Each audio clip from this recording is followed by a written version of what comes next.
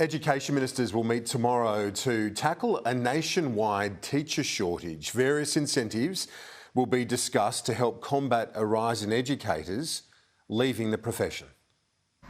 A number of reforms will be addressed when education ministers meet on Friday for the first time since the federal election. Bonuses, increased wages, as well as incentives for students to study teaching at university will all be discussed. For students, that could mean lower tuition fees as well as the ability to do paid work while studying. For those already teaching, proposals include bonuses of up to $50,000 for those that move to short-staffed schools, and in New South Wales, salaries of up to $130,000 could be offered to stop the exodus of teachers. In Victoria, teachers are leaving the profession at alarming rates. After 3 years of teaching, 16% of graduates have left the profession, jumping to more than 20% after 5 years. And one of the things that I hear, particularly from our beginning teachers, is that the starting salaries are very generous. They are, amongst the highest of any other graduate professional in the country. But the problem is that after several years in the classroom, you do really reach a point where you can't progress any further. You can't show what you're doing to really improve outcomes for students, and there's no pathway to recognise and reward that excellence. Parents in Melbourne think more should be done. I don't think enough emphasis has been put on what they've been through, and all of us. Sorry, it's a bit emotional, but yeah, I do. Absolutely, 100%. I think most parents agree, to be honest, that something needs to be done, and more development, more emphasis, I guess, is put on education, I think, in Australia generally. Do you think that reforms like this are a good idea? Not after COVID. No one wants to be a teacher. I think that's common sense. Yeah, absolutely. It's the future of our education lies in our children. If you don't recruit properly educated and trained and paid professionals, you're not going to get a great result, are you? There has been a drop in interest of teaching before COVID started. Between 2017 and 2020, enrolments fell 8%, and with predictions seeing growth at schools only going up in the next decade, this is certainly an issue education ministers are hoping to get on top of. Joining me now is the Federal Education Minister, Jason Clare. Thanks so much for your time. As we heard there in Holly's report, a range of issues facing the education sector. Some federal responsibilities, I guess, in terms of things like more resources and so on, but at the state level, better paying conditions for the teachers to get them in and keep them there. And we're not going to fix it unless we work together. And that's what tomorrow's all about. Federal government and state governments and territory governments working together to tackle this issue. But even more importantly, listening. We're going to have teachers and principals from right across the country talking to us about the challenge that we face here with a teacher shortage. We've got a shortage of teachers right across the country. There aren't many more jobs in the country more important than teachers, and we don't have enough of them. So who have you got coming in to join? So it's not just the ministers talking to each other? We've got every minister from across the country, but we've also got teachers from across the country. We've got principals from across the country. We've got representatives from Catholic schools, independent schools, the different unions as well, so unions and employers, teachers and principals, other education experts, to talk about what we're already doing to tackle this issue, but what else do we need to do? Well, I mentioned the Fed resources. It always comes down to dollars to an extent, but you've also got to look at the university processes, don't you, to get more kids into those, and not just kids, others in the middle stage of their career, anyone who can add value as a teacher. It's two things. How do we get more young people to want to be a teacher? Because we've seen a big drop in the number of people going into teaching as a university degree over the last decade, about a 16% drop. But how do we make sure that more young people complete that degree? About 70% of people who start a degree finish it, but only 50% of young people who start a teaching degree finish that. If we could get that 50 to 60, then already you would go a long way to addressing part of the supply shortage of teachers. But we're also seeing the numbers rise of those that are burnt out. That's right. Who are throwing in the towel. They've had enough. Yeah, that's exactly right. So how do you keep people in there for longer? Well, I think there's a whole bunch of things we need to do. Part one is how do you encourage more people to want to be a teacher? And that's about building respect and recognition in our community for the incredibly important work that teachers do. There's a second thing I think we need to focus on is how do we prepare young people to become teachers? They're studying at university, but there's things that we can do while they're at uni to prepare them for being a teacher that we don't do enough of at the moment. That includes better practical experience in first year, more internships, paid internships for final year students, as well as better induction processes, mentoring, classroom behaviour management support for teachers in their first and second and third year.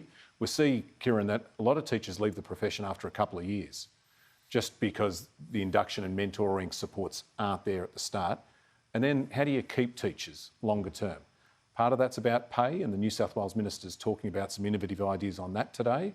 And part of it's about conditions. This idea that teachers start at 9 o'clock and finish at 3 o'clock is rubbish. Any of us who know teachers know that that day starts a long time before 9 and finishes way after 3. And teachers will often tell you they don't get enough time to teach because they're focused on the admin side of the job that could potentially be done by somebody else at the school who's not a qualified teacher. That's part of the reason why you see teachers say they're burnt out, worn out, they leave the profession.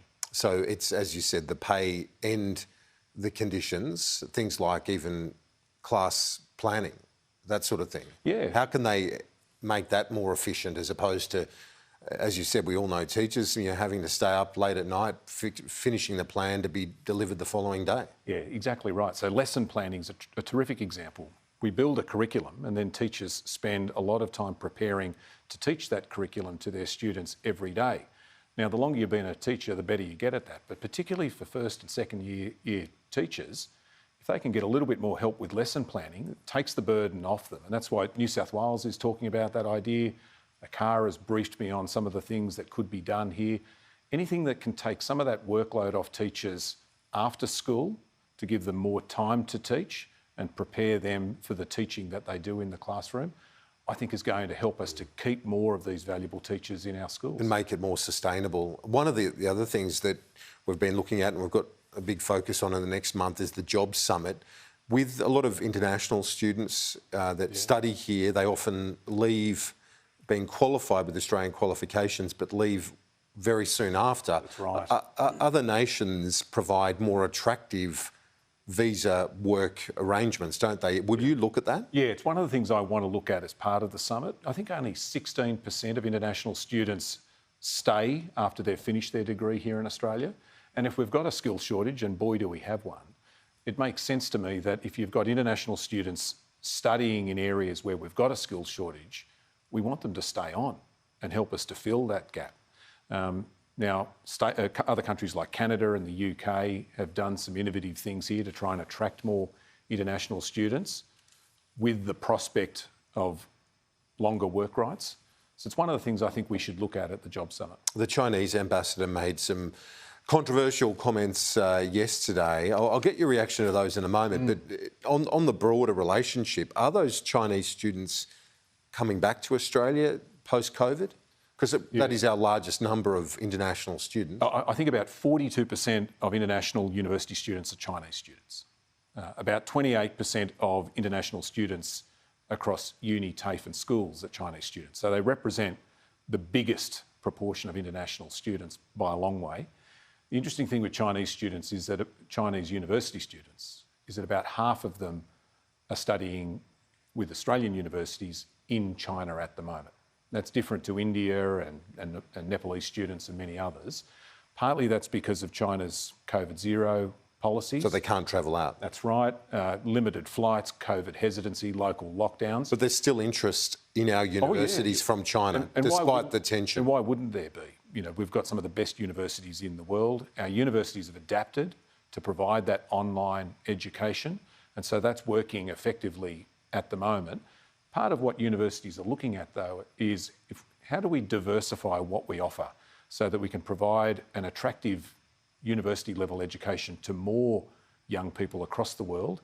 And part of that's providing that online opportunity in other countries, as well as offshore, setting up campuses in other parts of our region and partnerships with universities in other parts of the world. So while we're still getting a lot of Chinese students enrolling in our universities and the exports in other areas still strong, that's on an even keel. The comments yesterday were concerning when it came to just before like Taiwan. we get to that, Kieran. I think we do need to recognise we need to rebuild international education. COVID smashed it. We We had a lot of students leave. They're coming back now. There's a visa backlog that we're dealing with, but we went from having an industry worth 40 billion to an industry worth about 20 billion. So it's halved? Yeah. Now, it's coming back. We're talking about an industry here that's the biggest export Australia has that we don't dig out of the ground or drill out of the ground.